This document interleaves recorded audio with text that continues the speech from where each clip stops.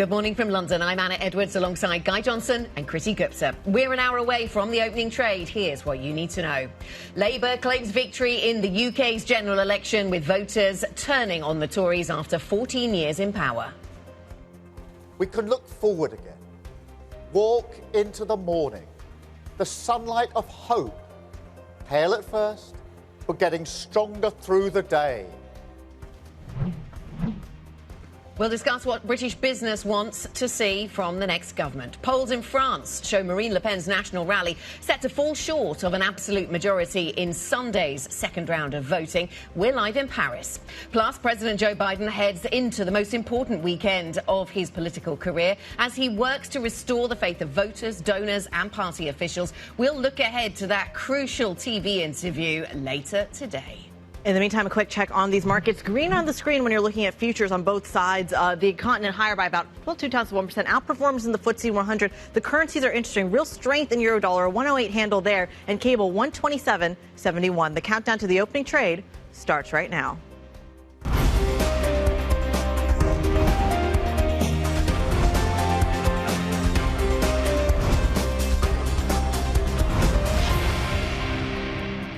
We did it! You campaigned for it, you fought for it, you voted for it, and now it has arrived. Change begins now. The Labour Party has won this general election, and I have called Sir Keir Starmer to congratulate him on his victory. Today, power will change hands in a peaceful and orderly manner, with goodwill on all sides. That is something that should give us all confidence in our country's stability and future. The British people have delivered a sobering verdict tonight. There is much to learn and reflect on, and I take responsibility for the loss. Friday the 5th, good morning. A Labour landslide in the UK. We see change in the UK. That appears to be the operative word this morning. Incumbents are out in both England and in Scotland. Rishi Sunak, still an MP, but no longer Prime Minister. Keir Starmer, dare I say it, delivering a smile. You don't see those very often. You saw one early this morning.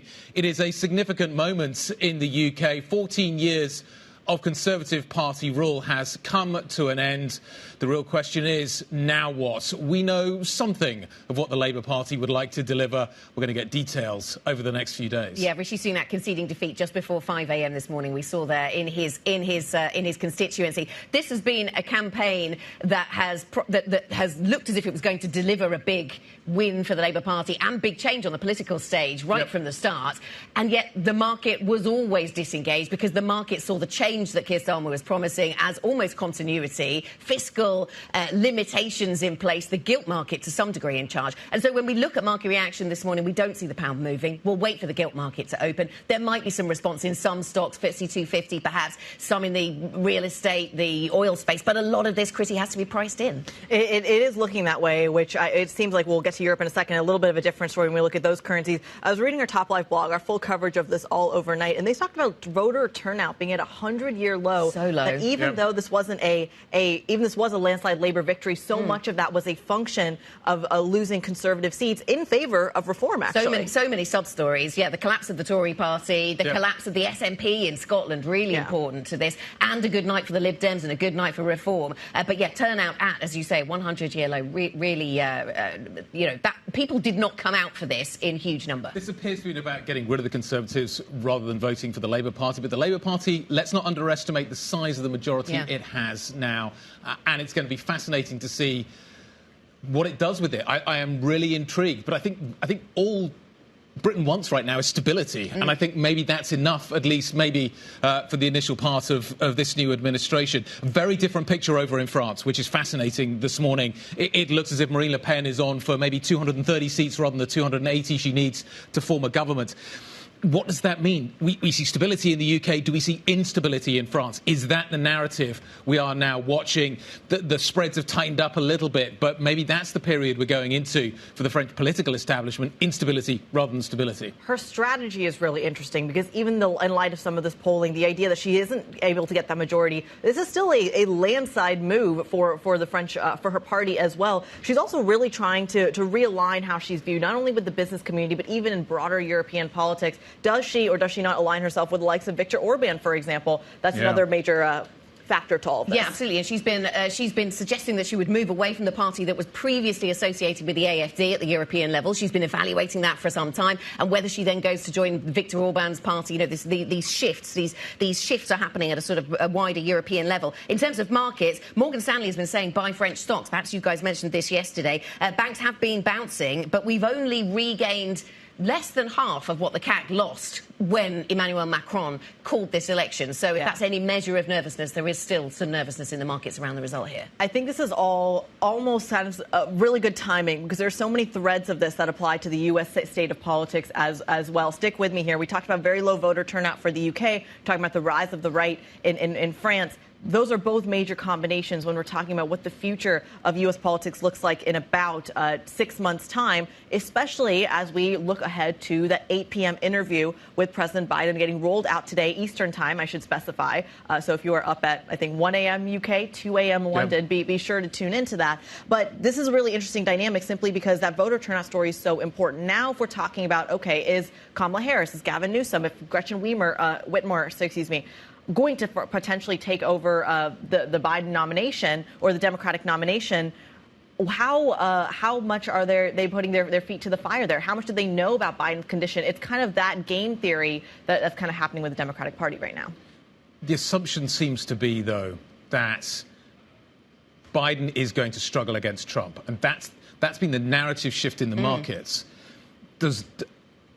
What does this mean in terms of market positioning? Were you to see a change? I think nobody can quite fathom that one yet. Because there are so many sort of steps towards the answer, aren't there? I mean, first you have to decide who's going to be running for the Democrats and then make an assessment of whether they're going to be able to beat President Trump. And if President Trump is going to win, how inflationary would he be? I mean, it certainly was no July 4th holiday, was it, for anybody in Washington? Certainly busy. From an international perspective, I think it's really interesting how Kamala Harris has just been not mentioned for years internationally, made some appearances at some international events, but not a figure that we've talked about a lot, and now she is being talked about because, of course, she would have access to Biden's funds. Is this a foregone conclusion, though, when it comes to that market trade that we're talking about? One, the unknown is what does a Trump economic agenda actually look like? You can't use the same playbook you used in 2016 or 2020 for that matter. The other factor of it is and this is why I really emphasize the voter turnout story so much. If it is a foregone conclusion, does that just hurt the Democrats more? Do people just choose not to vote? And is the market ready for that? That's the question. A lot of questions going into this weekend. We have some answers here in the UK. Let's get more on our top story this morning, the UK election results. Bloomberg's Tom McKenzie joining us at Westminster with the latest. Tom. Guy, as you guys were all suggesting, the polls, of course, telling us that the top line result would come in essentially with what we have. But as you were all pointing out, there is real significance in terms of the details around this changed electoral map here in the UK. Yes, you have the majority for the Labour Party that was predicted and has been at least for the last 6 weeks. They have well over 400 seats, 410 seats. They needed 326 to get that majority. This is a significant turnaround from the fortunes of this Labour Party in 2019 when they had their worst defeat since the 1930s. Keir Starmer then, the incoming Prime Minister, saying we are set for a period of national renewal.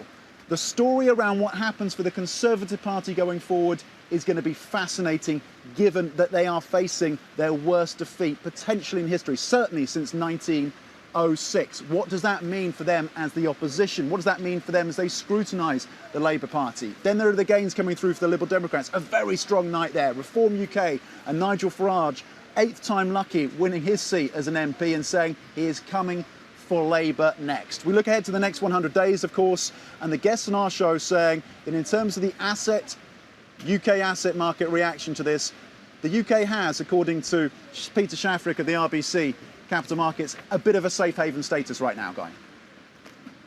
Yeah, absolutely. That seems to be the message coming through from markets, and you see that stability in a number of UK assets already this morning. We'll wait for gilt markets to open. Guy making this point at the top of the programme, Ven Ram making this point on the Markets Live blog this morning. Gilt markets need answers, Tom. Gilt markets need answers about plans from here, from this Labour administration then, with this big majority that carries with it big responsibility. What do they plan to do with that? How do they stimulate growth? It can't all be around house building. And the market guests that we've had on so far this morning saying it's the budget deficit of the UK that they're going to be scrutinising. They know that the Labour Party coming in do have very modest spending plans, to your point. Does the majority that they have constrain them? Does the fiscal reality constrain them? Or does the majority get them to edge a little bit more to the left? Do they then come through with some confidence in terms of within their own political makeup and think that they can spend a little bit more? Potentially that's an outside risk for the markets right now. It's worth reiterating that Rachel Reeves, the incoming Chancellor, has stressed that they will abide by the OBR and those fiscal rules. They're not going to rip those up. We look, of course, as you say, at the front end and at the long end. Then there's the Bank of England. Expectations that maybe they cut in August. That certainly would be welcomed by this incoming Labour Party, you would have thought. The autumn statement and what is announced there, the details from the incoming Chancellor, Rachel Reeves, that is certainly going to be scrutinised by the markets. Absolutely. They've talked about wanting to hit the ground running when it comes to housing. We'll see exactly what happens there. King's speech coming up, autumn statement coming up, lots to digest for the markets, but stability appears to be the operative word this morning. Tom McKenzie at Westminster, thank you very much indeed. We're going to talk about all of this. We're going to get into the detail of what exactly British business now wants to see from this new Labour Party. Mike Rake's going to join us for chair at BT even, former CBI president. Got my B's mixed up. We're also going to get a view from the City with Amadeus CEO Anne Glover. She's going to be joining us. The housing sector, Justin Young, the CEO of the Royal Institution of Chartered Surveyors. We're going to talk about the housing market. Plus, what does it mean for the markets? We're going to get Anna Leach from the Institute of Directors and Sharon Bell, Senior European Equity Strategist at Goldman Sachs' view. We've got a lot to talk about. A lot. That is a lot. All in 2 hours. It's a lot to say, to be honest. That was quite a lot of reading. That's a big long list. We're going to tackle it from every angle. It's election day in the UK. That's how we do it. But in addition to everything about the UK, there's plenty of other data points, tradable moments in the next 24 hours as well. Let me walk you through it. That euro area retail sales. Remember, we still got an eye on the European growth story as well. That U.S. jobs data. I've been obsessed with this all week. What does it do to euro dollar going into not only the French election and the impact on the euro, but as well as what that does to the dollar trade as well. And then also my other personal obsession, which is the BBVA AGM. This is the largest banking transaction. We put that in there for you, to be honest. I know, but I need to say it because this is important. They're basically going to potentially get that shareholder approval that would help them potentially convert one BBVA share for 4.83 Sabadell shares. This is that first step to making that deal go through. And lastly, plenty of central bank speak on both sides of the Atlantic. So we will bring you that. Plus, of course, I think the main event in U.S. politics, at least for now, 8 p.m. Eastern, so it's 1 a.m. UK, 2 p.m. Central Europe, is going to be that interview on ABC. Jobs, jobs, jobs. We should say that too, shouldn't we? Because you know it's Jobs Day and we haven't mentioned it. And I think we're 12 minutes into the show. You mentioned it there in what's in store for us. And it's worth a mention because the Fed has increasingly been talking about it. Bloomberg Economics saying they think we've passed the inflection point in terms of the labour market. But Daly and Powell saying they're still looking for that inflection point in the labour market where they see that real deterioration. And then that seems to be more in the driving seat than before around when we then get that rate cut from the Fed. What is the most important piece of data here? Is it the payroll number? Is it the CPI number? This is the kind of ongoing debate. Which one do I focus on? Is it inflation? Is it what is happening within the labour market? And maybe you do need to do both because there is the danger that the labour market rolls over quite quickly and then accelerates. Yeah. You trigger the SARM rule. But on the other hand, you end up in a situation where inflation remains sticky. And that's the kind of the worst case scenario for markets. That stagflationary story with growth slowing and inflation remaining an issue. OK, we've covered a lot of ground so far. There are still things, let me assure you this morning, that you still need to know. So let me update you on what those are. A senior US official says Hamas has broadly agreed to a framework for a ceasefire proposal with Israel. The response was received earlier this week through the Qatari officials. The official called the development encouraging, saying it may provide the basis for an agreement to free some Israeli hostages from Gaza. Israel is now said to be sending a delegation to Qatar for further talks. European Council President Charles Michel has warned Hungary's Prime Minister Viktor Orban against speaking with Russia on behalf of the European Union. His warning follows reports that Orban is planning to visit Russia on his way to Azerbaijan. Hungary currently holds the bloc's rotating presidency, and EU diplomats are concerned that Orban will use that to undermine the bloc's efforts to punish and isolate Moscow. And Samsung shares have hit a 3-year high, this after posting the fastest pace of sales and profit growth in years. The world's largest maker of memory chips and smartphones saw a 15-fold surge in operating profit in the June quarter, beating expectations and signalling a recovery in memory chips demand. Sales grew around 23%. That's the biggest jump since the COVID-era highs that we saw. Coming up, we will get the latest on the UK election results. Those results keep on coming, even though we know who has won. We know who will be going in through that door a little bit later on, after they've been to see the King, of course. We'll be live in Downing Street with all the latest for you as we go through this next hour and 45 minutes of programming. Plus, polls in France show Marine Le Pen's national rally is set to fall short of an absolute majority in Sunday's election. We're live in Paris for more detail in the run-up to the second round of voting there. If you have questions and you'd like us to put them to our guests, IB plus BBTV Go is the function to use. This is Bloomberg.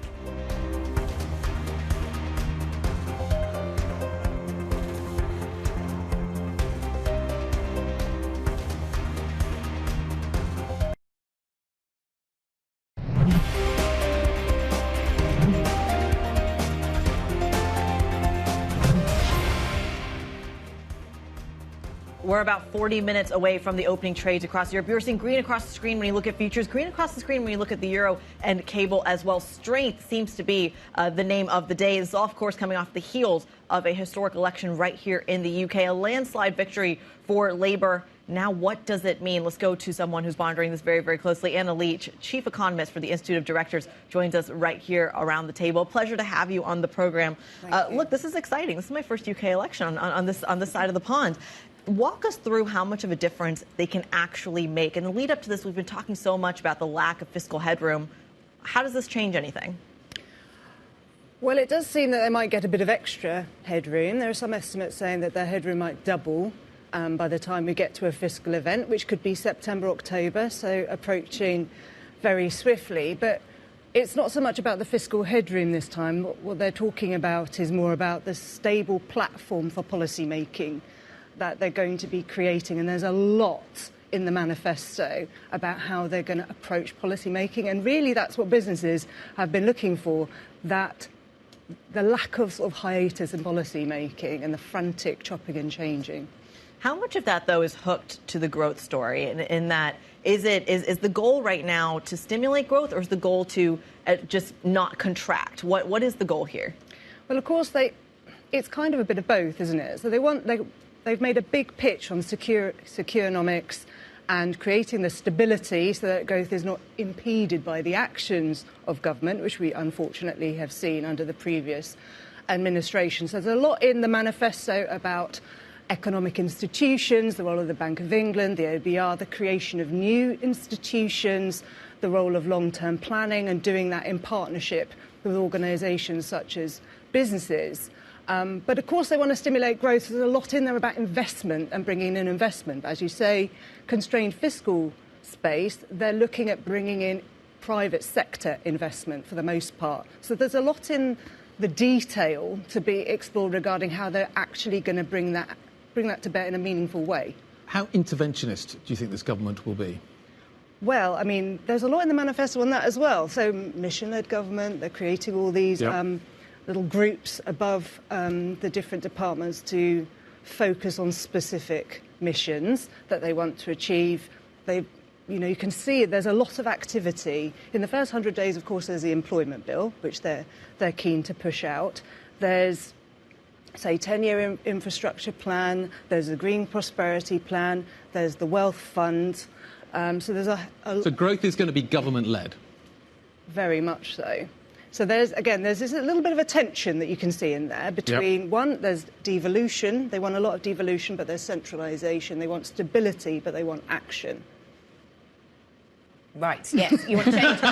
You want change. Well, this sums it up, really, because for the markets are looking at this and saying this is not change, and yet the whole campaign from the Labour Party has been about change. So it's quite incredible that needle has been managed to be threaded, and the markets haven't sort of, been spooked in any sense. So, Anna, if you were looking for something that they can do in the first 100 days, you mentioned the employment bill.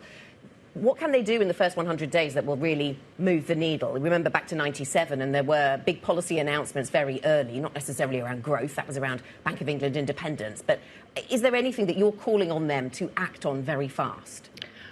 It's like we want them to hurry slowly, in a sense. OK, so we're back to the conflicts, yeah. Back to the tensions. Yeah, so it's... I mean, what the IOD have said in our manifesto for business, based on what our members have said, is we're looking for a policy framework which is stable, light touch and long-term. And the long-termism does entail short-term activity. So we do like all the planning, the commitment to long-term plans, but you need to get going on those. So hurry up actually and plan for the long term. How can you have light touch and interventionist? Well... Again, this is the tension to be managed, isn't it? We do want the government we want the infrastructure plans, we want the industrial strategy, we want the partnership with business, but there is a balance. And so what does private sector involvement mean? Because they had these big green investment goals, the Labour Party. They had to scale those right back because of that lack of fiscal headroom that Kriti started the conversation with. They still have some of that, but they still want to sort of pile in a whole load of private sector involvement. People are talking about PFI 2.0. That's a brand they won't want to return to. But what will that private sector involvement look like, do we think? Well, this is it. This is what is absent. There's a lot of reference to the partnership and drawing in private sector investment. There's reference to a review of the pensions market, of obviously pension fund being a potential source of private sector investment capital, but there isn't the detail on how that's actually going to happen in practice. The Wealth Fund is expected to bring in private sector investment, but again, we are waiting for the detail on how that's actually going to work in practice, and hopeful that they stick to what they say frequently through the manifesto, which is we are going to do a lot in partnership with business. How much of these plans are inflationary, and how much of that is a problem? Well, the costed manifesto commitments are really small. So it's sort of 8-9 billion of tax increases and spending increases. So in terms of what's specifically announced in there, there's not a lot that is inflationary. So it will come down to a lot of the details. So if you look at the employment plans, for example, and their plans to work with the Low Pay Commission to ensure that the cost of living is taken into account when setting minimum wages, if, depending on the economic conditions, raising the floor for wages could potentially be inflationary. But it's all down in the design. Once again, we're down in the detail then. Briefly, on Europe, I know that something that your members have been calling for is a better relationship on Europe, and, give that whatever label you want. But are you expectant on that front? Do you think that will be something that Keir Starmer can deliver? That is our members' top ask.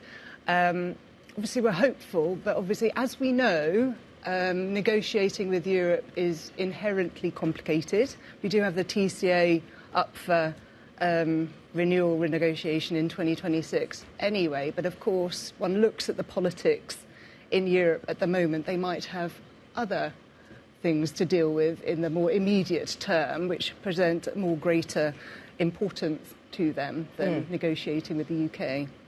Anna, nice to see you. Thanks for stopping by to see us. Some tension, maybe some early tension between business and the new Labour government. We'll see how that ultimately is resolved, amicably, I'm sure. The Chief Economist at the Institute of Directors. Coming up, you don't want to miss our interview with Anne Glover, Chief Executive and Co-founder at Amadeus Capital. Again, the business view on the new Labour government. You're looking at a live shot of 10 Downing Street. Keir Starmer walking through that door a little bit later on today. This is Bloomberg.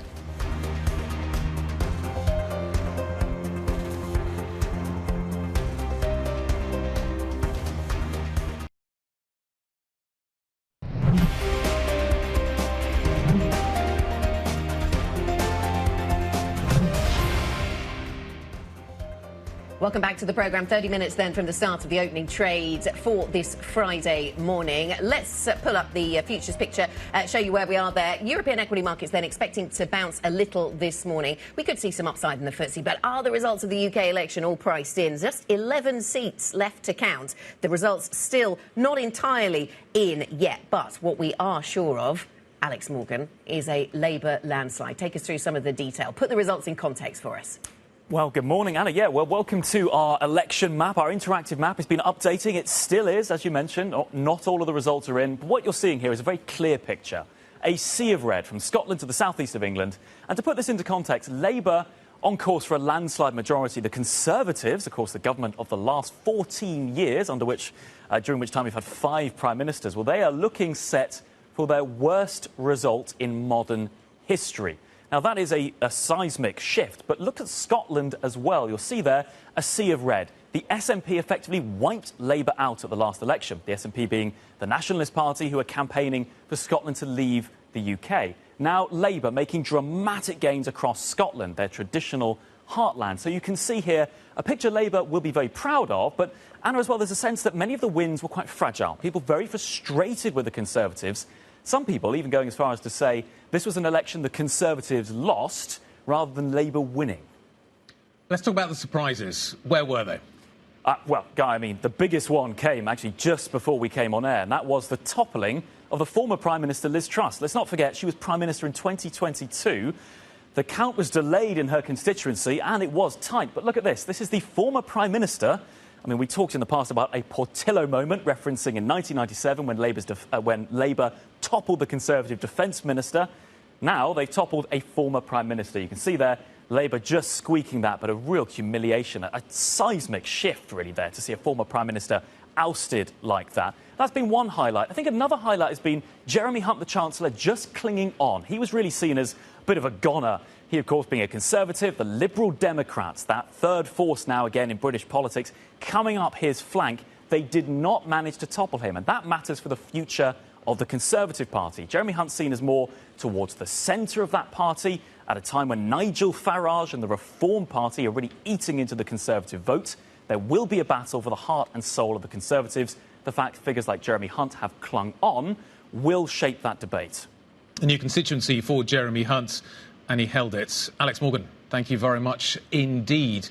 We're joined now by Anne Glover, Amadeus Capital CEO and non-executive director of the Court of Directors at the Bank of England. What does this mean to you? We have a Labour government, landslide, lots of seats. What do you hope they do with it? First of all, I would like to congratulate the Labour Party on what they've achieved. But really, it's 5 years of stability, which is what I think is we need.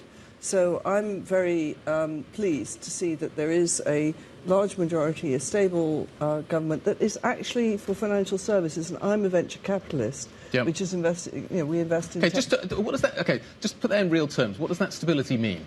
It means that we can invest for the long term and know that the policies and the structure within which we're investing that will stay and stable. That's enough, right? The policies don't really matter. Do they matter at the margin? But stability is the critical factor. They do matter at the margin. What matters is that they continue.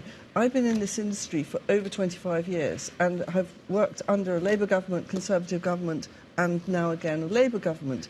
And what we need is continuity. We invest for 10 to 15 years. So we need to know, well beyond the electoral cycle, what the policies are likely to be. So we're very pleased that Labour is continuing with its commitment to growth, to technology and innovation, and to the attractiveness of the UK as a centre for investment. Well, one of the risks of that is their carried interest thoughts. It's the regulation around things like private equity, et cetera.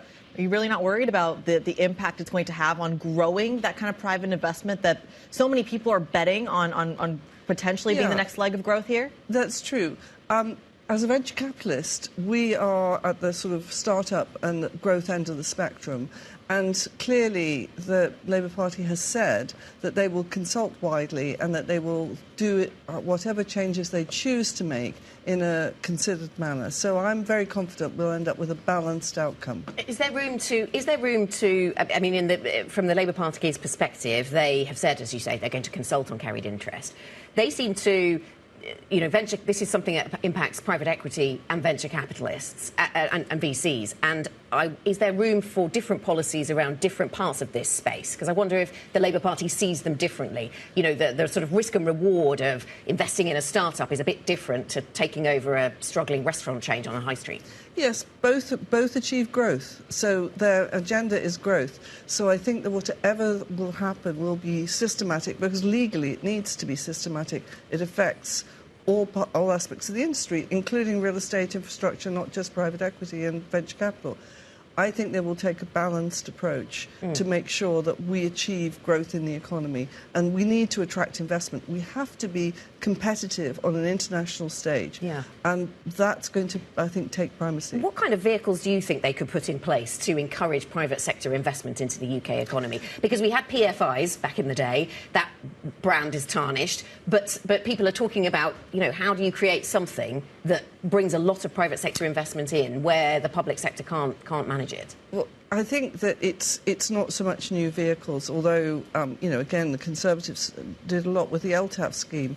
But it's more about encouraging pension funds and insurers to take more risk, invest in equity culture, both at the private end, at the early end where I am, but all the way up through capital markets. And if you see their policies on helping and supporting consolidation of pension funds and their allocation of a small amount, maybe 5%, to riskier assets, they've talked about the Tibi scheme, which is a French scheme that encourages pension funds and insurers to take more risk in private assets.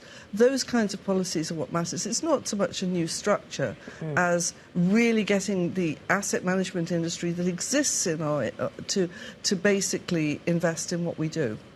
You talk about attracting that investment on an international stage. That has been the downfall of London in many ways, simply because of being less cautious, arguably, from the other major markets of where that money is coming from. How does that, now that there is that scrutiny on it, when we're talking about money coming out of the Middle East, Asia, arguably Russia as well, how does the Labour government navigate that? It is tough, but it's not really the government. It really has to be the regulators who have to make sure that the capital that's being attracted isn't in any way suspicious. But that's true of even UK money. So I don't really think that it's something that's differential. I think that what we can say is that with this stability that we have, we are now going to be one of the most attractive economies to invest in. More attractive than Paris? Well, let's see what the French elections come up with. Well, precisely. Does instability in France... Maybe the answer's different from a month ago. Well, 2 months ago. How much has the landscape changed? You've now got stability in the UK, instability in France. France has been attracting quite a lot of early-stage venture. Does that money now look maybe to come back or to relocate to London? It doesn't happen that quickly. As I say, It's 10 to 15 years.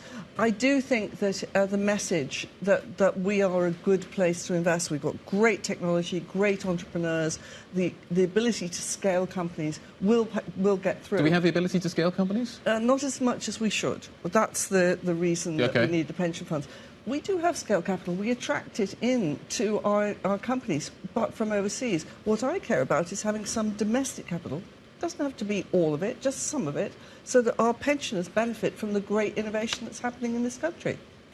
Where does, from a broader perspective, the reaction function that this Labour Party has? You've had some dealings with the leadership of the party, and they seem to have given you, you're taking positive things away from this long-term stability story that they're referencing. In the moment, they'll need to react to all kinds of twists and turns. Where do you think their reaction function will be when it comes to the things that financial services thinks about? I hope that it will be. I hope it won't be fast. Actually, in other words, I think it will. I think they may have to react to more urgent political needs, and that they basically take their time. So I don't think it's going to be the top priority of the incoming government. They clearly have a manifesto that they will need to implement, but I think it'll be considered. I hope it'll be considered. When you're talking, though, about we're talking a lot about investment. We're talking about in the private markets and the venture capitalist markets, as you talk about as well. I'm curious about the read-through from the United States in particular. Now that you have, in the next 6 months, clarity on both sides of the Atlantic of what that economic agenda may look like, Is there a read-through into the broader UK when it comes to things like tariffs, when it comes to things like inflation being exported perhaps from the United States? How are you viewing that in your position? Well, inflation doesn't really affect us as venture capitalists as directly as you'd expect, because back to we're investing for the long term, yes, it affects some inputs like wages, but really we're looking at 10 years or 5 to 10 years in terms of building a company, and the long-term outlook for inflation is actually quite sensible in both sides of the Atlantic. So I don't really see that. I do see the regulation about the ability to import and export goods to appropriate regions. That makes a big difference. The ability to set up strategic partnerships with friendly states in a way that works. So I think the US-UK collaboration needs to be strong, particularly in security and defence and all of the technologies associated with that. Anne, thank you very much. Thanks for joining us this morning. Anne Glover, Amadeus Capital CEO, to talk VCs, tech and the like. A moment to reflect perhaps on some of the big names that we've lost from UK politics. Some names that perhaps viewers will be familiar with, more so if you're in the UK, of course. Penny Mordaunt, who was leader of the Commons for a while. Grant Shapps, who perhaps had his eyes on leadership. We've talked about Liz Truss. Liz Truss is somebody who the international community knows very well, perhaps not all for the right reasons, given the drama that was created, shall we say, in October 22. How much drama are we going to see in terms of the Conservative Party and the leadership challenges that are going to be coming over the next few days, weeks and months? How long does that process take? Who survives, obviously? There's such a diminished force, though, aren't they, that it's sort of difficult to think that the world will focus on it. But yes, it'll be a question. I think the bigger question is, though, you've now got Farage in Parliament. You've got that process unfolding within the Conservative Party. Which way do they go? That's why I think it's interesting, because I think if you look at this was an election about the Conservative Party being removed from office. The next election will not be about that. How the Conservative Party sets itself up for that next election may be determined over the next few weeks and months. And I think who survives this election will ultimately be able to set out the stall. They also, Labour has the advantage right now of the economics on its side, right? How many times did the Conservatives have very little room to maneuver, especially on things like tax cuts, which is such a pillar of their historical policy, simply because of the inflationary story. And I feel like Labour now has that going in its favour because of the almost accelerating trend you're seeing here in the UK. Yeah, an interesting point to make that we haven't yet, and probably is worth making when we're thinking about other ways that this story plays into international votes that we're seeing.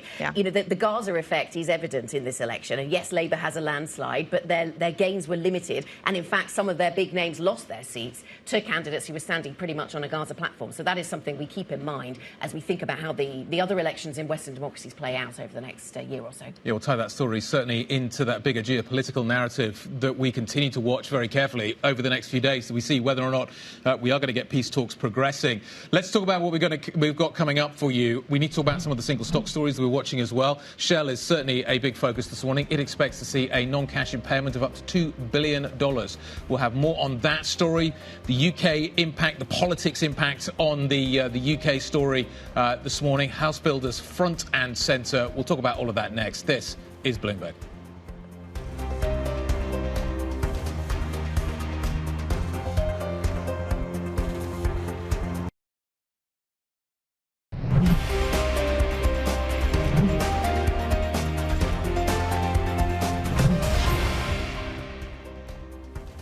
We're about just shy of 15 minutes away from the opening trades across Europe. We are seeing green on the screen, futures pointing higher, of course, on the heels of the election in the UK. But, of course, you're looking ahead to the French election. Plenty of data as well. So how do you navigate the next 24 hours? Well, let's ask our Markets Live executive editor, Mark Cudmore, who joins us this morning. Mark, it's been my obsession of the week. Despite all the geopolitical risk, what happens to euro-dollar in the next 24 hours? I think, first of all, we're going to have the jobs print as most important. I suppose going into that, we're seeing a little bit of dollar softness. We're seeing relief on the European political spectrum. That is more about what's happening in France, where I think the latest news reports suggest that Marine Le Pen's party won't get a majority. So we're seeing a little bit of relief in euro-dollar, dollar softness going to non-farm payrolls. We also are confident in the disinflationary narrative in the US. And it's interesting because the last couple of years we've turned to focus on CPI over non-farm payrolls. now that temporarily we're confident in the disinflationary narrative in the US, we're focusing more on the jobs data. So there's more focus in this jobs print than I've seen for some time now today. People are worried whether it will kind of confirm the softness we've seen in other data prints recently.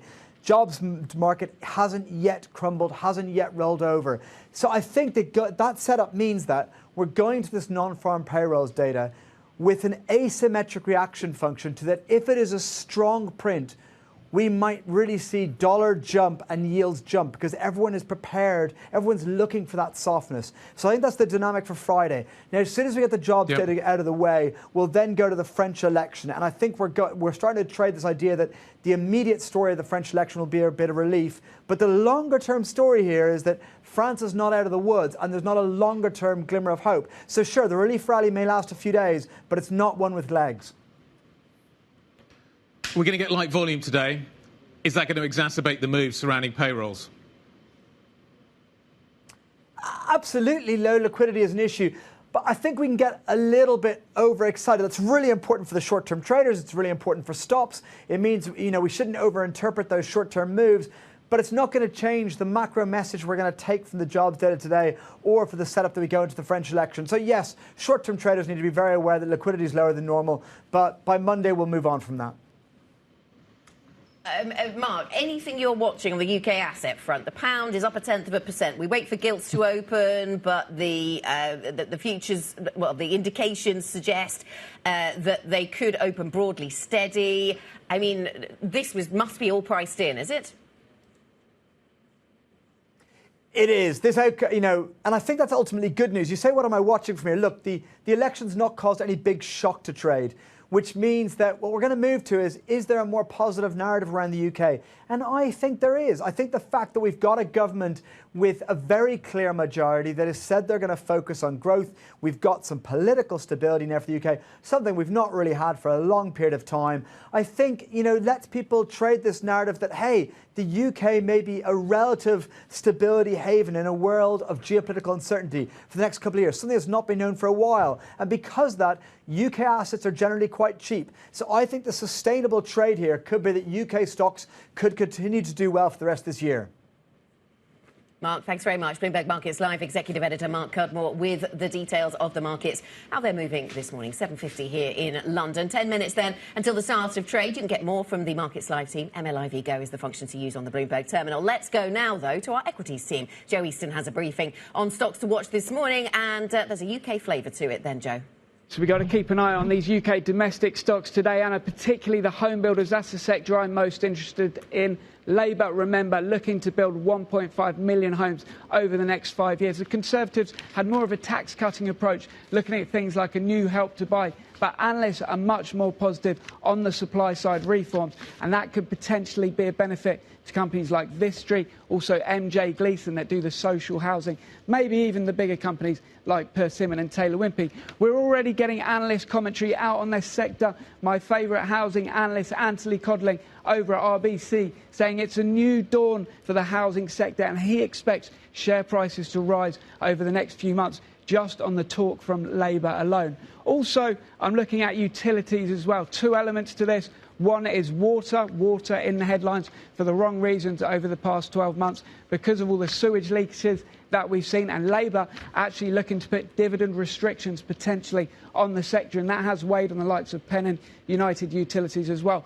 The other thing is Labour's plan to build Great British Energy, a publicly owned renewable energy firm. Not too much detail on that one, but it is a bit of a risk in terms of whether that does actually come into reality. We've also got a comment out from JP Morgan, however, saying that you should be buying utilities today. This breaking a few moments ago, saying that this is a time to buy the sector because the election has de-risked it. We've got more of an idea on what the policies will be. Energy bills still staying high. Potentially, that is something you should be buying, according to JP Morgan.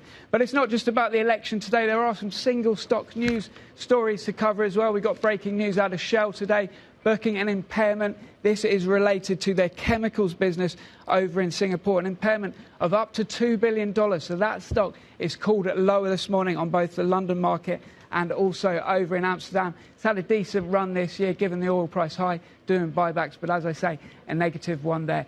Then we've got a bit of a profit warning over in the chip space. This is a company called Eichstron. It's over in Germany today, and they are saying that their orders have actually slowed a little bit of extended lead times is the thing. But analysts saying that actually this isn't as bad as expected. Orders actually remain pretty much in line with where they thought. So a small warning potentially being taken positively, given that's a stock that slumped today. Eichstron, Shell, all the UK domestics, those are the ones to watch as the market opens later. All right, our equities reporter, Joe Easton, we thank you so much for watching us through some of the stocks that we've got our eye on. I'm going to bring it right back to the broader picture. The fact that Mark Cudmore talked about the currency picture, this kind of strength in cable, I think is fascinating when we're talking about this relative stability. And he's not the only one. We've heard this all week long. Stability, that's the word of the morning, isn't it? Yes. Change and stability, the two words, which ironically don't seem to kind of fit together. A relative island of political stability was a nice quote I wrote down a little bit earlier. Yeah, there's been a lot of drama in UK politics for 8 years, more than 8 years, perhaps 10 years, let's say. Yes. And maybe people just expect a little less drama. That's certainly the message we got from our two guests this morning, wasn't it? And that might be enough. It's also relative. Yes, everywhere relative, else we're seeing exactly. instability, and therefore the UK relatively looks as if it may have some stability, which is potentially going to, as to your point, maybe provide some support for assets here. Yeah, but they have a lot of decisions to make early on, right out of the bat. I think I read an article earlier this morning that not only talked about the budget constraints that you're talking about, the labor shortages that you're seeing, but even quick decisions that need to be made on things like the VAT, on prison systems, et cetera, et cetera. All that analysis, of course, available on the terminal. Yes, I think the moving vans have already been in Downing Street this morning. We are going to be monitoring developments there, of course. We would expect Rishi Sunak to he's back in London, I think, now, and we're expecting him to go to see the King, and then we'll expect the new Prime Minister to go to see the King, and then we will hear from Starmer, no doubt, at Downing Street. This is Bloomberg.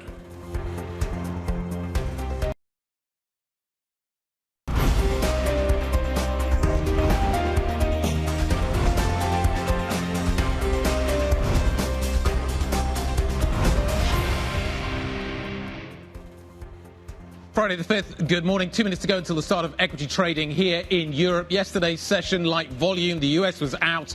Doesn't really tell us a great deal. We did drift a little higher yesterday, which was interesting in the absence of the United States. The UK election appears to be an absolute non-event when it comes to assets and the pricing of assets. We've anticipated the result. We get the result, as a result of which it's apparently already priced in. But we get payrolls later. We get the French election over this weekend. We're watching Joe Biden.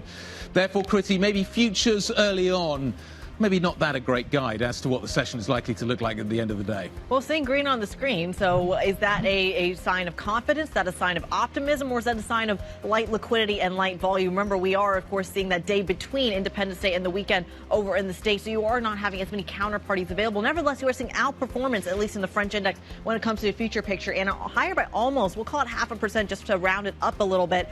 Is that, again, autopilot, or are we still waiting for that volatility to show up on Monday? Yeah, I'll focus at the very start of trade, then perhaps on some of the UK names, Kriti, although we'll quickly pivot to thinking about the French election and what that might bring. The second round, of course, due on Sunday, as we've been saying. In terms of those UK names to watch, UK house builders, water companies also in focus. I mean, the water sector in particular, how much will they be able to return to shareholders versus investing in their own infrastructure? That's got to be one of the questions we're asking here. Joe Easton was putting Extron on our radar in the chip space. Yes, a guidance cut there, but orders looking fairly strong. So we'll see where that one heads at the start of the trading day. House building, this is such a part of the new incoming Labour government's plans around growing the UK economy. Just what will they do with planning, Guy?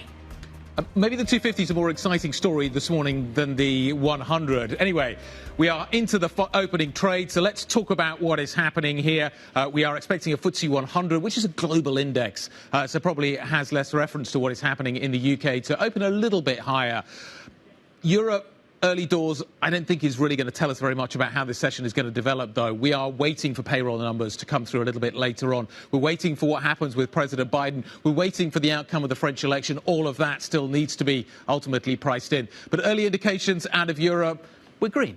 That seems to be the narrative. Stability maybe is the operative word. First thing this morning, change and stability, maybe change to stability is the narrative, certainly when it comes to the UK. So there we are. We have a full house. They're all higher. but they're not up by much. So, Kriti, what are we seeing in terms of the detail? Yeah, let's dive right into the FTSE specifically, because to your point, it is green on the screen. But again, not major moves to the upside when you look at the index level. And even on an individual micro level, Anna, you aren't seeing a ton of major stock moves in either direction. Really kind of a little bit of a waffly move, for lack of a better term. But if we talk about outperformance in terms of index contribution, it goes actually to healthcare and banks. So I'm curious what that trade is. Right. Yes. I mean, maybe there's growth expectation in the banks, but that banks were doing well yesterday, so that's interesting. They continue that. But here, yeah, talking about waffly moves, you're right, Guy, that the FTSE 250 should be our focus, but it's just pretty flat. I mean, it's down, but, it'll show up red, but down by not even 0.1%. It's just going nowhere. There's just, people were expecting this move on, appears to be the story. On the bond markets, UK bond markets opening very slightly higher. The UK 10-year yield dropping.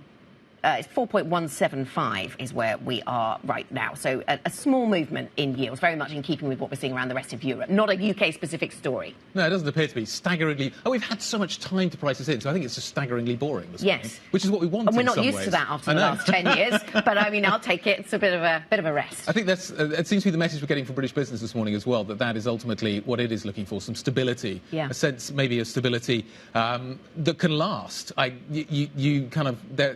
It feels like even weeks of stability would be kind of a change at the moment when it comes to what is happening with British policy. And even if that comes at the cost of the short term, they'll take some short-term pain, but really prizing that long-term stability story. Yeah, it does. And we should take a quick beat really quickly on what the rest of the continent is doing, though, because it is still your ASMLs, your Novo Nordisk that are moving the stock 600 higher. You are seeing, however, some weakness in the likes of Maersk and some of the energy names on the continent that you're not necessarily seeing in the FTSE 100. So a little bit of divergence there. But again, I wonder how much of this is really that political read-through that we're expecting this weekend. I read Sharon Bell's note this morning, as I always do. Religiously. And looked at the details and tried to figure out exactly what it all means. And I got to the end, and she talks about politics. Sharon Bell joins us now from Goldman Sachs, European strategist, equity strategist, to give us her take on all of this. Is boring enough for British politics this morning? You talk about the fact that political outcomes are not likely to tackle rising deficit levels. And that's going to dominate. But is boring enough this morning from Britain? Boring enough to move a lot today? Probably not. No. Because, as you say, very well previously, this was expected. All the polling data, this is in line with really what the polling data was suggesting. So the market should have priced it in already. But I think boring in terms of reducing the risk premium people put on UK assets, reducing the volatility maybe of the UK, which has been very high in recent years, that will be helpful. So does the UK assets, on the basis of the fact that we're not seeing that stability elsewhere, outperform from here? I think, by UK assets, there's two types of UK assets, and I think we mentioned it before. There's FTSE 100, super international. If that outperforms, it outperforms because commodity prices are rising or interest rates are going up and the banks are benefiting, which is a very different scenario than, say, UK domestic stuff, which is more reflected in things like the FTSE 250 or home builders, for example, that would more reflect the politics going on in the UK. And look, I do actually think those domestic slices, with maybe potentially a little bit more growth, we upgraded our GDP forecast for the UK this morning, but just a tiny little fraction. So, we'll take it. A little fraction more growth, that would be helpful for those domestic bits of the market. And so, Sharon, there we are. There's the UK story. Maybe time to think about France then. Move on to what's happening on Sunday and French stocks. I was reading Morgan Stanley just a day or so ago saying buy French stocks ahead of the election. Others saying they're ready to come in on Monday, maybe, but not just yet. We haven't clawed back all of the losses on the CAC 40 since Macron called the election by any stretch. What is your stance on French stocks? I would not expect us to claw back in any short-term sense all the losses that we've had because, the previous status quo, I think, is extremely unlikely. And look, whether you see a more, whatever the outcome is, let's say this weekend, you're not going to get back to that. And I think the necessary reforms in order to bring down the deficit are much less likely to happen. And all of that increases people's worries and risks about French, so used to the UK politics. I'm afraid. Slip there. French sovereign debt. So, the kind of environment we're going into is one of a little bit more uncertainty for France, let's say. So you don't really claw back all of those losses. Even if we get a hung parliament then in France, have we passed that risk premium across the channel? I think a little bit that has happened. I mean, the UK has seen, I would argue, 8 years of this higher risk premium, more volatility, more uncertainty, etc., particularly on the policy and political front. Lots of different leaders. And we're going through a little bit more uncertainty in continental Europe in general, I would say, Europe ex-UK. I mean, France in particular, we're seeing it at the moment. But you've seen, I think, the most recent elections, the EU elections as well, saw a rise in the far-right parties in lots of different places. So absolutely, a little bit more political instability, yeah. So political instability in France, perhaps a little bit of calm here in the UK, but it feels like net-net when it comes to the markets, the idea of a hung parliament or gridlock in France or even this kind of sea of calm in the UK is a positive. I'm curious about that lack of change, for example, that's so expected, or this idea of very little volatility, as you point out. Does that set us up for big shocks, though, when it comes to the way the markets react to certain policy changes? Yeah, look, I think to me the big sort of political question and the volatility for Europe is not just its own domestic political elections; it's also what's going on in the US. And if you see, for example, a Trump victory, a more Republican clean sweep over in the US election, then I think the concern for me for Europe is that means potentially tariffs. It means potentially a sort of policy hit in that sense, not coming from Europe directly, but coming from the US. So, yes, look, I think European stock markets have done reasonably well this year, not as well as the US. I don't think it leaves them all that vulnerable, because if I look at overall valuations, they're not super high. If I look at earnings for companies, what we would call fundamentals, they've been pretty good too. So, not super strong markets I wouldn't expect from here, but not a big correction either for Europe. All right, Sharon, hold that thought. We want to come back to the geopolitical story. Just some headlines crossing the Bloomberg terminal at the moment that Rishi Sunak will be making a statement at about 10:30 a.m. UK time, and of course, incoming UK Prime Minister Keir Starmer making a statement at about 12:20 p.m. time. So we will bring you those headlines as we get them and what they have to say about the future of the UK. But let's bring you back into the conversation here. When we talk about the future of the UK, when is it too early to start pricing in tariff changes? Policy changes, specifically in the relationship with the states? Yeah, I think the market will turn now to looking at that. You've already started to see that. In my conversations with our investor clients, it's really the number one that's coming up, rather than, say, the UK election, which felt like a foregone conclusion. With respect to France, there is still obviously uncertainty there. But yes, the US and the elections there, I think the TV debate that we had also brought that into focus too. And Europe is essentially, as an economy, a large open economy. It relies on global trade. And if global trade is squeezed further, then I think that puts more pressure on Europe. So there is definitely concern by clients on this. But as I said, some of that is priced. You're not looking at a market in Europe that's as expensive as the US. You mentioned the TV debate over in the States. How much did that really change for the folks in the markets? I know we're all watching the political rollout, but how much did that really change from an investment standpoint? Yeah, I just think, again, it highlights, you mentioned timing. The market tends to be quite myopic and focus on certain things at different times, and it often needs to get closer and closer to an election before the market starts saying, OK, we now can consider the pricing some of this risk in. And I think, again, the TV debate focused people's attention on the US election, and also the potential impact it might have more broadly outside of the US and on Europe especially as well. So we're focusing on the politics. Anna mentioned it earlier on. Normally on a day like today, all we'd be talking about is payrolls. Yeah. We're not. We're waiting to see that data, or maybe that's actually turns out to be the big narrative today. But it does seem as if the data is sort of taking a back seat at the moment to a certain extent. Nevertheless, the market does seem to be trading around this whole idea that bad news is good news. Equity markets certainly be trading on that. Are you comfortable with that? I agree with that. And we are a little uncomfortable with that. It can't last forever. Ultimately, bad news on the economy is bad news. But I can see a little bit in the short term, this window of time now, where what the market would love to see is more rate cuts and more assurance that you're going to get rate cuts. Yep. a weaker payroll figure, which is bad news from an economic perspective, may be seen as good news from a market's perspective. But yes, more medium term, if you keep getting weak data, then people will start worrying about the growth narrative out there. Looking at stocks more globally then, Sharon, we haven't seen a 5% pullback, you write in your notes, since the correction of the second half of last year. So we're overdue one. Yeah. But you also point out that it's unusual for the second half to be that bad when the first half has been this good. So where does that leave us? Yeah, look, I think what we're pointing to is the fact that we've had a lovely period for the market, as you say. We've had no big corrections, with the exception of small pockets, like you mentioned France before. But with the exception of small pockets globally, we've generally had very good markets, and particularly in the case of the US. And the US market, we know, is very expensive. And we do have lots of risks on the horizon, economic ones, political ones. So all of those things make the market a little bit more vulnerable, I think. You've also seen some of the very biggest stocks in the US, which the US market is now super concentrated in those names, being quite volatile too.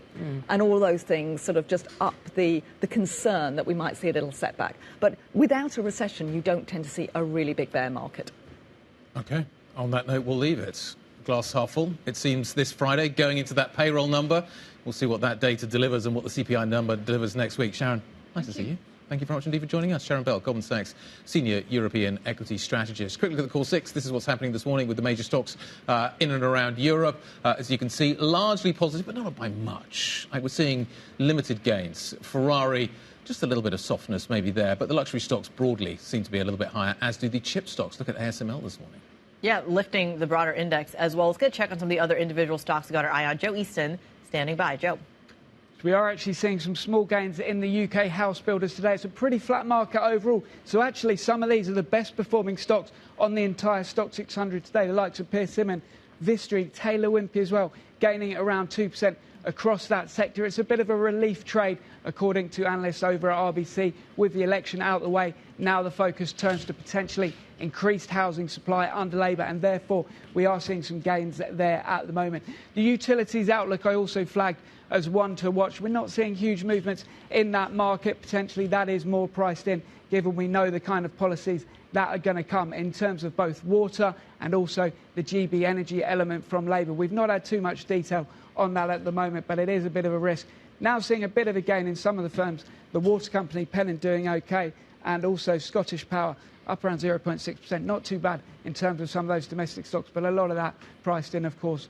We'll flip over and look at Glencore. News broke overnight that Canada has approved the company's purchase of Teck's coal business. Now, the market didn't really like that deal. They said it was too expensive, but it's been an overhang on Glencore for a few months now. So it looks like we might get some relief on that news, and therefore we're seeing Glencore gaining 1.6%. I brought up Amplifon. This is a hearing aid company over in Italy. We're not entirely sure why this stock is hit today. It's down 6%. We don't see ratings changes. We don't see a warning from the company, but it is a noticeable underperformer. So I'm going to keep my eye and ask my trader contacts what the movement is on that one going forward. Then we'll look at Ikestron. Now, this is something you don't see very often, a profit warning and a 20% share price jump. Now, the orders looked a little bit weak in terms of the lead times increasing. Therefore, they haven't been able to get those chip machinery orders out to their chip clients. But the order backlog is actually better than expected. Analysts saying it looks like a small upgrade to guidance on the order backlog, and that stock is down sharply over the past few years. So we're seeing relief there. That one getting 19%. A bit of a movement higher, and ASML, ST Micro, Infineon getting a positive read-through on that one at the moment. Those are the stocks that are moving right at the open. Ikestron catching me by surprise. That 18% share move, the best gainer on the Stock 600 this morning. Joe, thank you very much. Joe Easton from our equities team. Coming up, we need to take ourselves across the channel. We were just talking about this with Sharon Bell from Goldman Sachs. Have we handed that sort of baton of uncertainty over to the French political landscape here in the UK? We'll get to France shortly. France entering the final few days of campaigning. We'll discuss the challenges Marine Le Pen faces. More on this next. This is Bloomberg.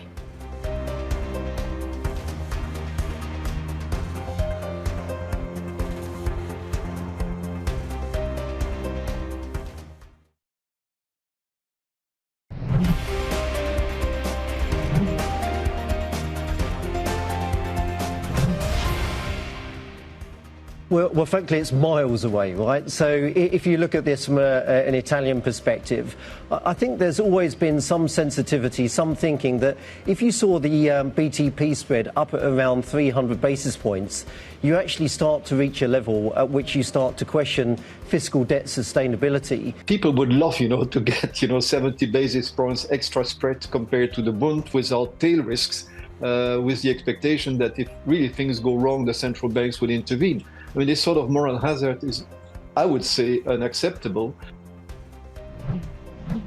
Bloomberg guests, including Peter Pratt, the former ECB chief economist, of course, Mark Dowding over at Bloomberg Capital, I believe, talking about the risk of that intervention coming from the ECB if we do indeed get some sort of volatile market reaction off of the French vote. Let's get more on that political landscape. Bloomberg senior editor on EMEA markets, Phil Serafino, joins us from Paris. Phil, walk us through where we stand going into the last day of campaigning.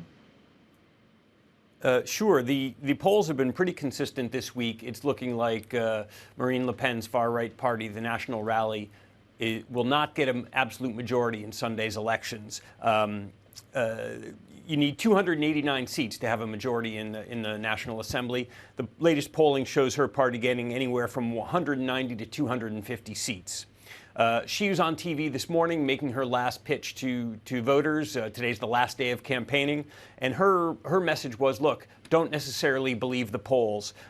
Predicting the seats in a big assembly like this is not an exact science. She points out that in 2022, pollsters showed her party winning about 40 seats in the assembly. They ended up doing much better than that. So she says, A, don't believe the polls. B, she's also saying, look, it's either me or it's going to be gridlock.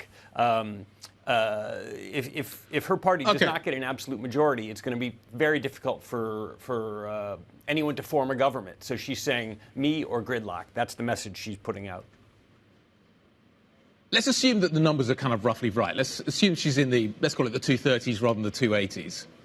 Who runs the table next week, Phil? Does she run the table in terms of how that kind of, the next political processes unfold? Who runs the table? Is it Macron?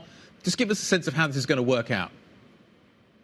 Well, the Constitution says Macron appoints the prime minister, but he needs to face the political reality. Any government that he appoints needs to be stable. It could face no confidence votes if it doesn't have majority support.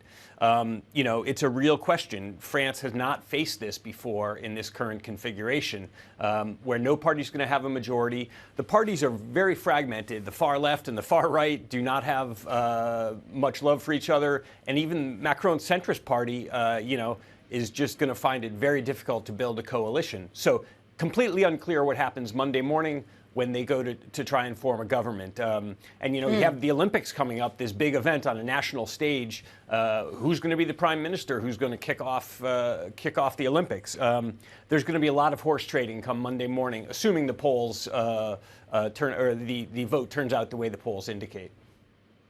Yeah, and it's interesting that the National Rally's Bardella had said previously he didn't want to be Prime Minister if he didn't have a majority. I think they backed away slightly from that a little, saying, well, if we're close to one, then maybe. How are the markets going to be taking all of this then, Phil?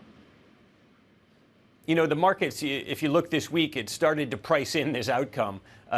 Investors we've talked to are basically saying, look, given this situation, the best possible outcome is a hung parliament. France will muddle along. The big concern is about France's debt load and getting that under control. It will be difficult to do anything radical if there's no majority party in parliament.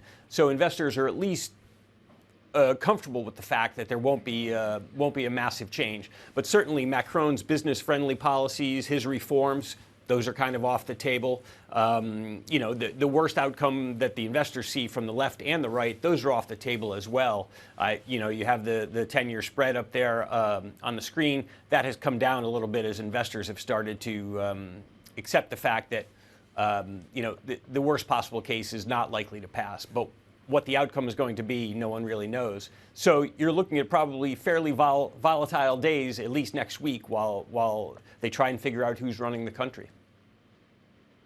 Phil, thank you very much. Thanks for joining us. Bloomberg senior editor for EMEA Markets, Phil Serafino, joining us there from Paris with what we are looking ahead to. That's the look ahead in Paris. Let's get a look ahead on US politics as well. US President, of course, Joe Biden, he's heading into what could be the biggest weekend of his political career. It's certainly a very big weekend as he works to restore the faith of voters, donors and party officials. So far, Biden has refused to step down following his debate performance, which raised concerns around his health. Bloomberg managing editor for Breaking News, longtime Washington watcher, Derek Wallbank, joins us now. Derek, good to have you with us. It certainly didn't feel like a public holiday yesterday in the States. There was plenty for those in Washington to focus on. Still no movement from the White House. And now we all focus on this interview he's going to be giving later on today, Friday evening, our time here in Europe, or into the US evening. What are you going to be watching for? Well, that's exactly right. I don't think there was a single political reporter or political staffer in Washington who took the day off yesterday. I think, look, you're walking into what can accurately be described as a make-or-break weekend for Joe Biden and his his hopes of election. Right? He's got a big interview with George Stephanopoulos of ABC that is set to air. Originally, this was supposed to be airing on Sunday morning, Washington time. That got bumped up by ABC, actually, so it's going to be all airing on Friday, Washington time. There'll be some excerpts that come out during the evening news program, and then it's all going to air all together at 8 o'clock D.C. time. So 8 o'clock in the morning here in Singapore on Saturday and overnight for European viewers. But that's going to be, I think, very keenly watched. You know, Biden had events today. He had some local interviews, some radio interviews. He also hosted military families to watch the 4th of July fireworks at the White House. All of those things not without some little misstep, but not, you know, of a major sort of grade as we saw during the debates. But I think, you know, these are going to be very, very closely watched. A lot of times when you're talking about big sit-down interviews with the president, you're looking for details on policy. This is really going to be a lot about eyeing Biden, kind of seeing where he is and getting a sense of that sort of situation. And Biden, look, let's be clear, has a lot of restiveness within the Democratic Party, even though senior leaders have not said so openly yet. Derek, there's a lot of buzz here in Europe, and I would argue globally, even within the States, of whether Kamala Harris can take over the Democratic nomination. But she didn't poll that well, especially against President Trump back in 2020. Is there anything that might increase her odds this time around, not against Biden, but against Trump? Well, if you look at her separately, and let's stipulate a world, which still is probably a little unlikely, but let's stipulate a world in which all of those events do happen and she's the nominee. First off, she's the most likely person if it's not Biden because of the simple fact that she just went through a process where she was going to be the VP nominee and everybody voted for that ticket, right? Secondly, there's an issue of campaign funds. They would sort of neatly transfer to her, whereas it would be very complicated otherwise. So for a lot of reasons, if it's not Biden, it's probably Harris. Harris is polling a little bit better than Biden is right now. You know, she's had some difficulties through her vice presidential tenure, but right now she's polling a little bit better. And that's animating Democrats calling for change. Derek, thanks for the update. Derek Wallbank, thank you very much indeed. We'll look forward to that interview a little bit later on. Coming up, we'll turn back to the UK political scene. Mike Rake's going to join us. Looking forward to that conversation. This is Bloomberg.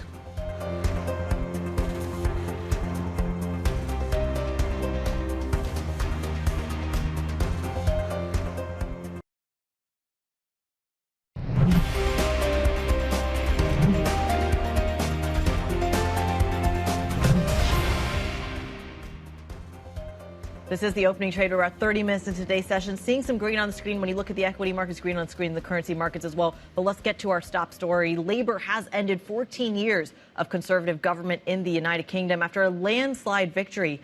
Leader Keir Starmer is set to become prime minister with his party winning more than 400 seats in parliament. That makes the biggest majority since 1997. Let's get more on the story. Bloomberg's UK correspondent Lizzie Burden standing by at Downing Street. Lizzie? Well, Kriti, it ends as it began, in the rain in Downing Street, and it's been a dramatic night. Even Liz Truss booted out. You haven't seen a former Prime Minister rejected by election since 1935. But this is a day of historic change for Britain after an extraordinary turnaround for the Labour Party.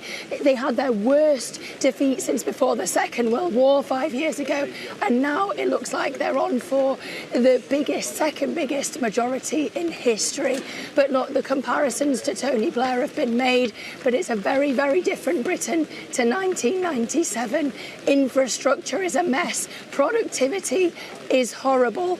And the mandate, don't be fooled by this majority, because the vote share beneath it is unlikely to reflect that Keir Starmer has the country with him. Back to you, Anna. Thank you very much, Lizzie. I feel for you, your voice, and see how it holds up all day. In the rain and with no voice, Bloomberg's UK correspondent Lizzie Burden at Downing Street, at least bringing us a flavour of what's happening there. Rain is how it started and how it ends, it seems, for Rishi Sunak. Mike Rake joins us, former chairman of BT and also former CBI president. You advised the Liberal Democrats on some business policies. Important to say, perhaps, this morning. Mike, very good to see you. Thank you for joining us. So, we sit here then, big majority for the Labour Party, in echoes of Tony Blair, and they're limited back to 97. But we heard Keir Starmer say this morning that majority comes with responsibility. What would you like to see them responsibly do for business? What should the priority be? I think the single most important thing is restoring growth, is restoring productivity, excuse me, is encouraging investment. And that is what, they've been talking about. And I think where they were very strong, the Labour Party actually in putting out their position, is what is really critical is growth. And the only way out of the position we have, where we're reaching the limits historically of what we've had from a debt point of view, where we're reaching the limits of what we've had from a taxation point of view, our public services have been underfunded. We've got huge issues of infrastructure, as we know. And the only way we can get that really moving is growth. To do that, you have to encourage business. You have to encourage investment at every level, inward investment, domestic investment. And it's critical that we have policies that facilitate that and don't get in the way of that. Right. And so how do we encourage that investment? I mean, post 2016 with the Brexit vote, a lot of UK businesses were pretty nervous about the future. Yes. We saw investment drop as a result. Yes. How do we get that back? Well, I think there are several things. Clearly, Brexit has proved to be worse than most of us could have imagined it could have been in terms of cost to the economy, frictional costs, reputational costs, lack of access to markets and so on, has not helped in terms of investment or productivity. Investment's 30% down. But I think there are two areas that I hope the Labour Party will really work on to live up to what they've been saying. One is to make very clear that significant increases in business taxes will absolutely undermine the message that we want to go for. And they've said no on corporation tax. They won't put that up, but... Well, yeah, but I mean, you could argue maybe there's an argument to put corporation tax down a bit. I mean, it's quite high at the headline level. That's an important aspect in inward investment, but definitely it shouldn't go up. I think you have to be very careful not to raise other business taxes. Be careful of unintended consequences. For example, a lot of rumours about increasing capital gains tax. That could be very damaging to domestic investment, very damaging to inward investment. I think be very careful about how you actually implement the rules of non-dom. Understand the political issue, understand that Conservatives and Labour wanted to move on it. Be very careful, but I think make those statements to make business believe, foreign and domestic, that they're going to live up to that commitment for growth and working with business. We then, business, have an obligation to invest to improve productivity. But the other thing that's really important is we have to re-engage with Europe in a sensible and constructive manner. Now, statements have been made about even I don't believe we're going to get back into the European Union, in my lifetime, certainly.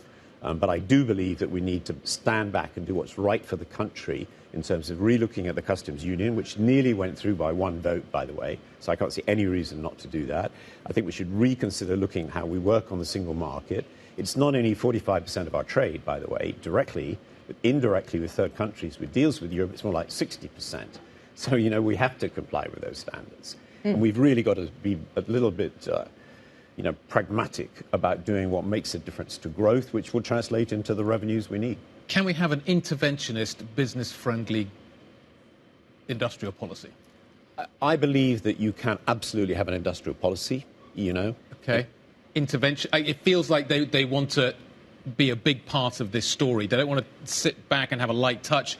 It's we want to play an active role. That seems. Is that something that business would welcome? Is that something that will work? Is that the right approach? Okay, so the way I would look at that is what's necessary is broad encouragement to support industries in key sectors, particularly since we left the European Union. So there are some key areas that we really need to think about how we support them in a sensible way.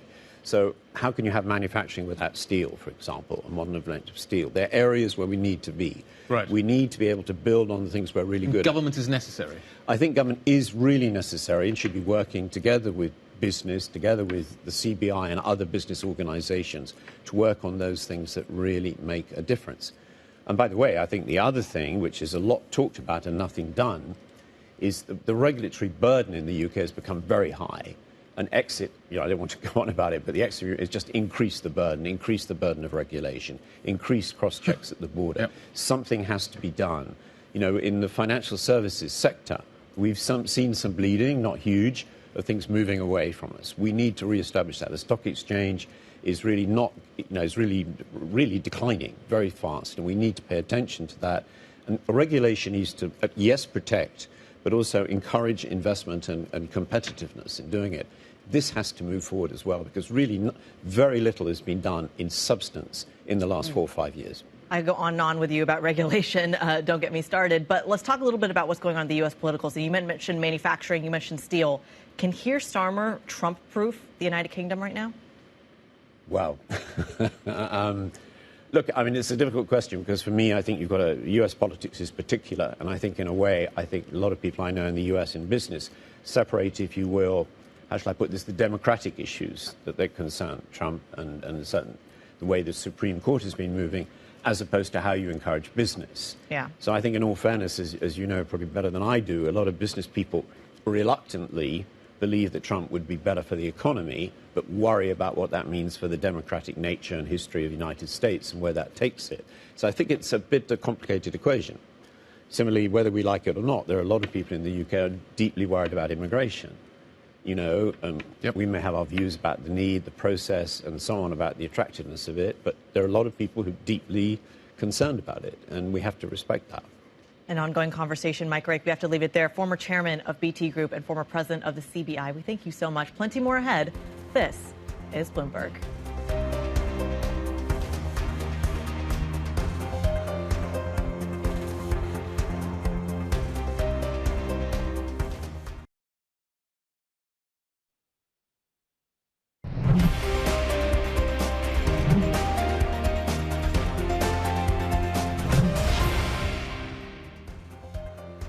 41 minutes into the equity market session. It is Friday the 5th, the day after the UK election. And the UK election is having something of an effect this morning. I'm struggling to find it.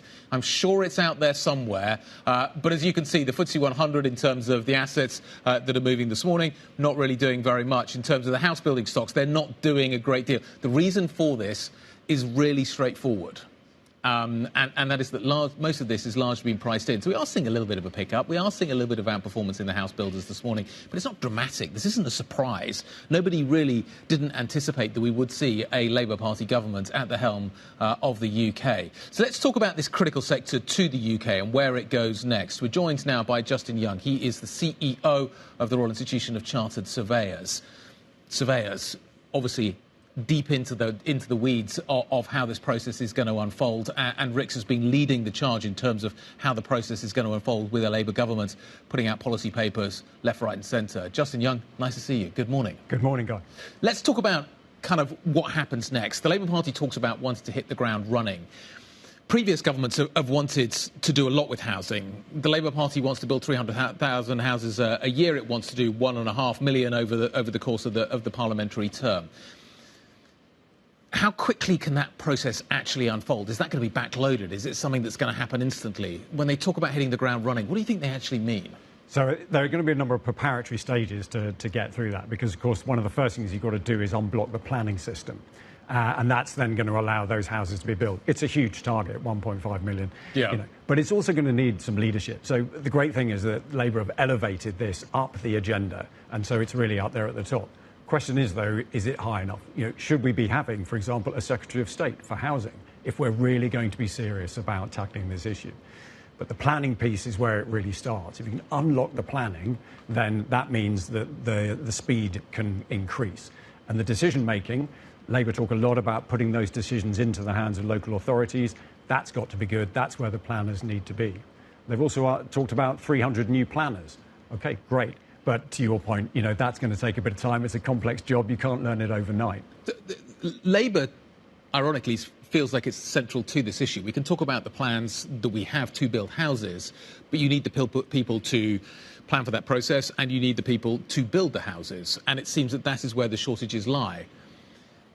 What do we need to do on that front? You talk about the 300 planners that are coming in. That's not something that's going to happen instantly. How quickly can you recruit and train? But we're also short of brickies, sparkies, plumbers, you name it. Absolutely. There are shortages absolutely everywhere. Yep, quantity surveyors as well. So, as you say, across the Ironically, the we don't have a quantity of surveyors. There we go.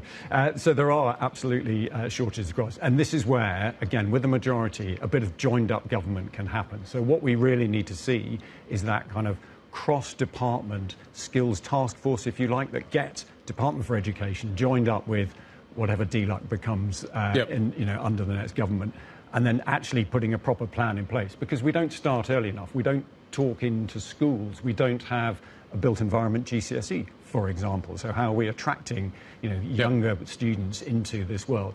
There is one, actually, a GCSE in Wales, but not in England, not in Scotland. So we should be looking at those sorts of things, as well as the tertiary education, to get people interested into the built environment and deal with this particular problem. But I think it's now high enough up the agenda that we can start making some of these things happen, and the majority for Labour allows them to push on that way.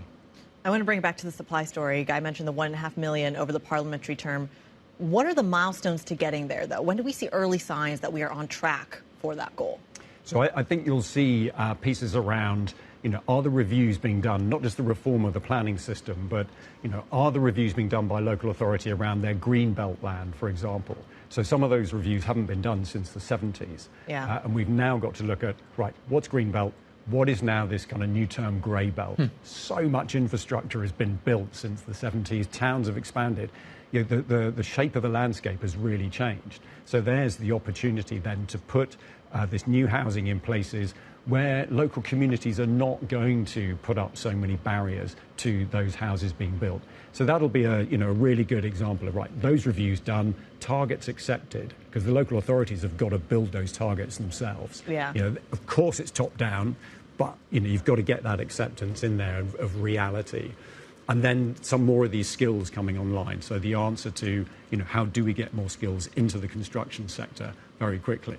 We're talking about house building here, but we haven't even touched on infrastructure. 805 billion, worth of infrastructure in the pipeline. So we've got to build that as well. Talk to us about the trade-off, perhaps, between renting and owning, specifically when this renters bill may come back under Labour. How does that show up in the housing space? Sure, and what we're seeing at the moment is certainly private landlords coming out of the sector. It's not a mad rush, but you can see that's beginning to happen. So, of course, the squeeze is now on the rented sector. And what I'd really like to see is some incentivisation around that private rented sector and the build to rent. Let's put some incentivisation in there so that we can grow that part, because renters are being really squeezed at the moment. I see this with my own son, 26 years old, in London. 50% of his salary is going on to his rent. It's really, really tough out there. So more on build to rent, that means there aren't, the supply will still be there, and anything that's shifting over into the sort of the home ownership part of the market is more than compensated for by new build to rent. In terms of the infrastructure, you mentioned it just a moment ago. How do we treat the water companies, the electricity companies, in order to get them to deliver what we need in terms of the infrastructure that is required for the housing? There's a lot of focus on sort of sewage at the moment. There's a lot of focus on the fact that basically the system has been overwhelmed. How do we... Can you give us a sort of sense of the sequencing that now needs to happen and the kind of the behind-the-scenes stuff that needs to happen in order to build the houses that we need? Because at the moment, I hear again, you're struggling to connect to the grid. You're struggling to connect to the water system. How much of that stuff How far behind are we on that stuff at the moment? And how big an impediment will that be to creating and hitting these targets? Yeah, so that is an impediment, absolutely. And as you say, you can hear any number of stories of trying to get a completed development connected up. So it's got to be this parallel approach of course, the houses, but that infrastructure at the same time. And so again, I think what we can do with a majority government is push those utility companies to put more investment into the infrastructure that is required. So again, I think there's this broader approach which is going to push both of those elements forward at the same time. And that's, of course, where the government funding is only going to go so far, and that's probably going to be focused around a lot of social housing and that sort of thing. So it's private investment that is also going to need to be brought into play here. But I do think that with a strong majority, there's more stability then for the country. So, things are looking, better for the investment. And if you unblock the planning system, then residential real estate and infrastructure becomes really quite an attractive asset to invest in if you're a pension fund or whatever. And you might look at UK sort of more broadly as a result of this election. Think where we're at now with the inflation targets. Yep. You look at America and you look at what's happening there in a presidential race. You see what's happening in France in terms of the move to the right. And actually the UK is looking quite good for investment. So if we can attract some of that inward investment, then I think that really helps to accelerate what we're trying to do around house building.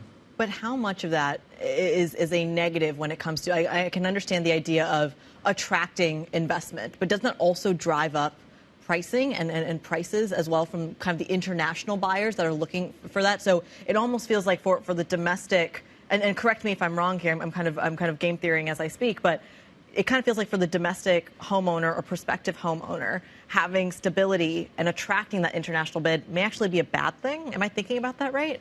Well, it's always going to be a trade-off, isn't it? Right. Because, as you say, if the UK becomes an attractive place for inward investment, then that's not just the investment around construction and making everything happen, but then it becomes more attractive for people from outside to actually purchase what is being built.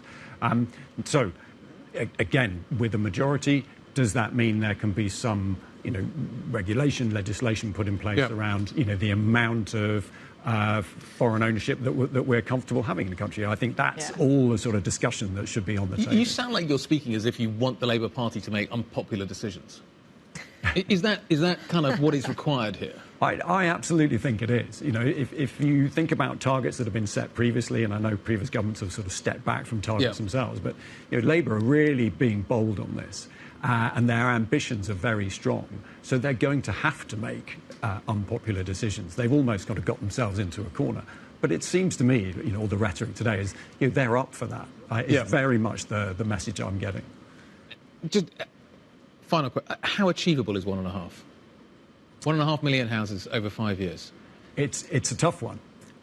It can happen. Again, for me, it's around the leadership and the connected nature of coming up with the answers. So all the things that we've talked about, been around planning, it's been around skills. We haven't even talked about materials or anything like that. But there are so many connected pieces that they will have to look at every single one of those to make the answer and get to that target and make it achievable.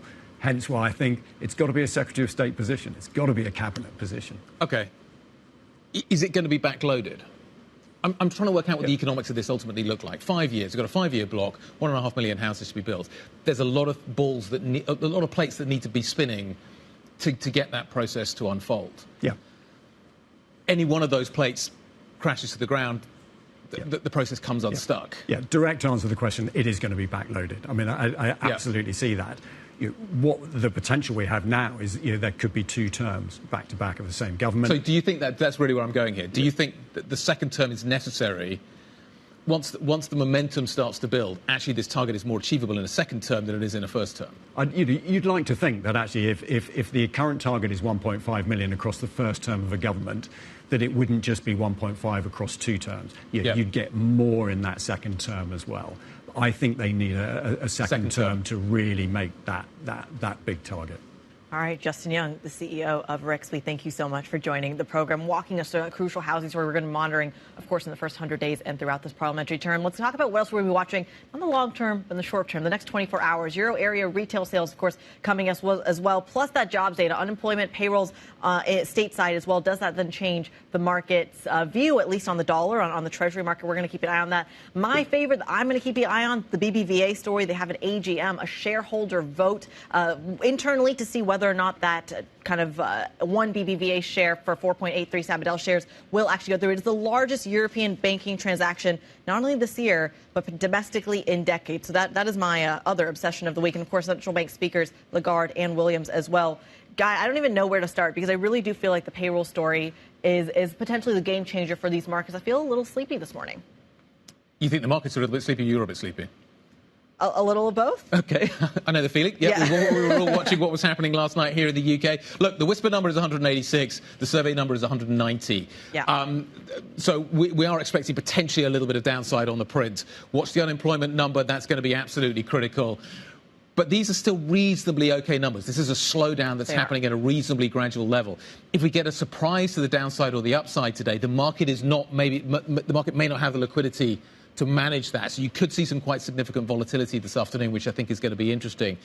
I do wonder, though, whether politics is still going to be the dominant force with this market this afternoon. Do you think people are really going to be kind of paying as much attention to what's happening with the macro when we don't know yet who's going to be the next incumbent of the White House? And it feels like this is the weekend in which this weekend feels pivotal to that process. It does, but it's also, I haven't heard anyone, Sharon Bell included when we asked her, actually map out what that trade looks like. And I think it's really hard. And even if it does hypothetically solidify, say, whoever, whether it's Biden staying in the race, whether it's Kamala Harris taking over the nomination, whatever that process looks like, even if that solidifies a Trump 2.0 in the minds of the market participants, what's the trade? Because we still don't know what the economic agenda looks like. It is still not the same buy oil, invest in the dollar, hop into yields. That was the trade of 8 years ago. That may not be the trade this time around. Do you assume that it's inflationary? Do you assume that a Trump presidency is more inflationary and therefore actually what you do is sell the long end, you buy the front end? Maybe that's but that's the trade that's been put on over the last few